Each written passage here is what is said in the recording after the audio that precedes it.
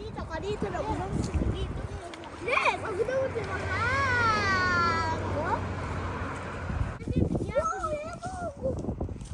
Oh, ganyan ko afford.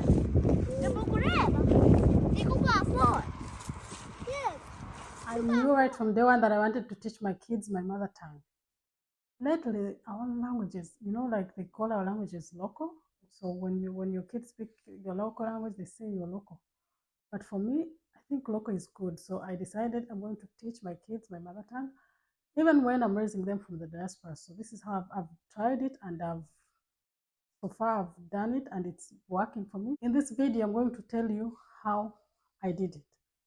So it started with lullabies.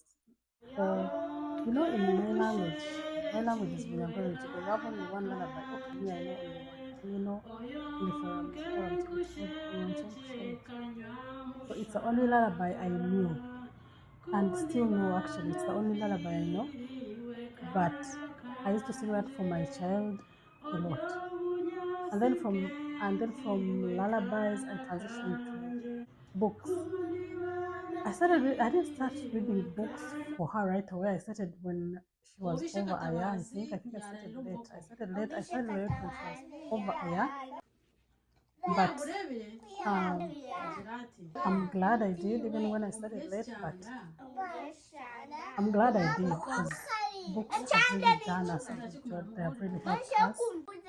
Like everything they know is from books, because everything they know is from books for sure, because they haven't seen the Ugandan life, like in real life,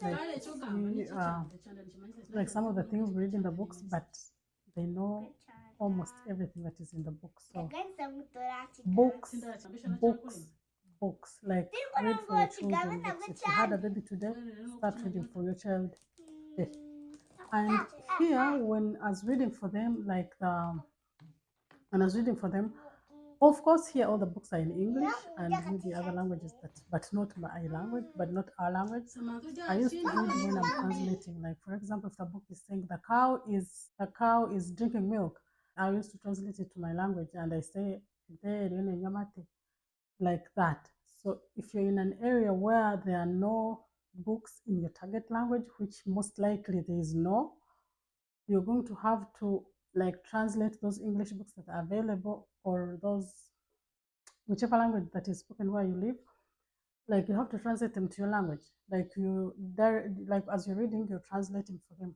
So the child wants to hear your voice, so not the words in the book. After all, at that age, they don't even know what to read. They don't know how to read. So translate as you read. And then try to get some books from Uganda. When you try, you can get some books. I have since gotten a good number of books from Uganda that are written in our language, and I've done a video about it. If you'd like to see the books I'm using or the books I've been using, I will link the video, I think somewhere here. I'll pin it here. So you go watch it after this one and see the books I've been using. Yeah, books for sure, they are a game changer. They can, your child will know everything from books. Sometimes my children speak and people are like, oh my God, where did that child learn that word? Where did that child hear that word? It's the books. It's not anywhere else. It's the books. Because myself, some of the words, I don't know them. Some of the words I've kind of forgotten. Some of the words, but when I read it in a book, I remember it and then try to explain it to my kids and they get it.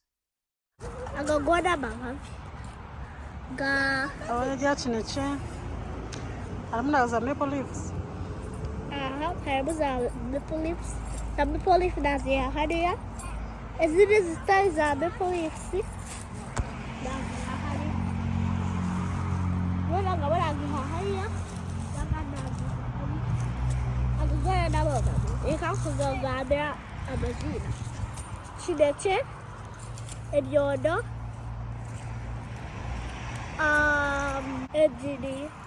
Ejidi erutukura ejidi chishugwe na ebyondo bijanize hamwe kuki na ejidi chishugwe eridi vavi eruje takahindukire mwenanga n'amababi gaforo mwego ikiga. Next, when you're raising bilingual children, there's what they call a method you're using to teach your children. So there are many methods one parent, one language, target language, at home, target language, everywhere. There's a place and time. Like there's many ways like parents do.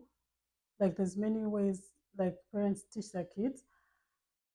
But for me, the method that I use or that we use here is called target language everywhere.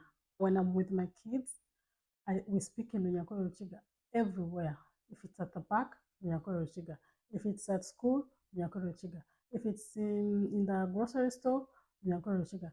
If it's on a walk outside, Lunyakore Ruchiga. If they're playing outside, Lunyakore Ruchiga. If it's at a doctor's office, Lunyakore Ruchiga. That one is a rule in our house, and they know it. I know it. We all know it. At this point, it's so natural that if you speak English, they will all look at you and they're like, "Are you okay?" What like they will all look at themselves and they're like, yeah, we are at that point. So for me, everywhere I speak to my kids, I speak in my target language. I speak in Nyankore Chiga. Even when I'm next to people who are speaking English, as long as I'm speaking to my child, it will be in Nyankore Chiga. When I'm speaking to you who doesn't know, that is when I will switch to English.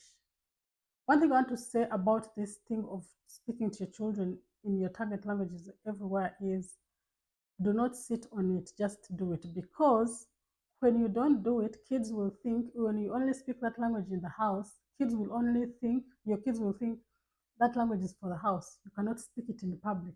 Speak your target language in public so that your children will know that actually that language can be spoken in public. I've met people who think it should not be spoken in public. But me, I say, as long as you're speaking to people who understand it, you can say it. I've had other people, I've had Indians, I've had Chinese, I've had other races or nationalities speak their language in public, right? That is the method that's working for me. And if you're also having bilingual children, just let me know in the comments, like, which method has worked for you. Like, are you doing one parent, one language? Are you doing target language everywhere? What are you doing? Next, what I did is something else that I did to teach my kids, like how I taught them, is I made it fun. Naturally, I'm not a very fun person, but when it comes to this, I tried to be. Yeah, I I try to make it playful. I try to make it fun. This is how I do it. For example, on Fridays we have something called Uganda Culture Night in our home. So on Friday evening after school, after dinner, we usually like sit and do everything Ugandan. Like we put Ugandan movies, and some of you are going to laugh because for you think that's local. Yes, for us we watch local, so it's okay. Currently, we are loving what we watch most. We watch Mushana Productions. It's a Nyakore Ruchiga movie thing. It's not nice. It's not like it's, oh my God, I love that movie. No, I just watch it for my kids to learn the language. I don't watch it because I love it. I just watch it for my kids to learn the language. And for me, that's good reason for me to watch all the episodes. So I watch that one. When we don't watch movies, we play Ugandan songs, only Ugandan songs. And when that is happening, my kids dress up in Ugandan attire. This is what I mean. Esuti, echitambi, omwenda, like I get all those clothes and make them wear them. Actually, I'm going to insert some clips of of what that night looks like, Uganda Culture Night. I'll insert them in this video when I'm editing. And I will insert some clips in the video when I'm editing, and you'll see like when it's Uganda Culture Night and it's every Friday. Like everything is Ugandan. I get the Ugandan flag out. I like from Friday from like 5 to 7 in our house, it's Uganda only. I've been doing it since my oldest was 4. So right now it's like close to, it's a no-brainer. Like we all know it, they love it, I love it. Then something else, if you're not going to watch a movie, a Ugandan movie, not these normal movies, we do a game night. A game night, so I get buzzers and I ask them questions in our language, Nyakore Chiga, and then they answer in Nyakore Chiga. like in a fun way of doing it. Now, if you want a game night version of a video, I can also do that. So if you want to know how I do my game night here, you can let me know. I'll film a game night video for you, because we read stories and then I ask questions, and then we do a migane, we do a bishakuzo, we do yeah. If you're Myankole or Ramchika, you know what I'm talking about. So basically it's like the cultural side of and then stuff, you like cut I it teach them and the it culture runs in in one detail. way. You get what I mean? So like, but in a fun way, like But we read a story. After reading a story, I ask questions from like that that's story. not The story is read in our and language. it The answers are given in our So language. it's So that easy helps when it's a build the children's baby. vocabulary. Well, It it's helps them tricky learn when it's grown. what to do. And It helps them then learn. you You know have what to I mean, teach yeah? children But we when use they're buzzers. So like the growing first young. person to hit the buzzer is the one that speaks fast. The one, if you don't know the answer, you don't hit the buzzer. My kids love hitting the buzzer, so they always want to know the answers.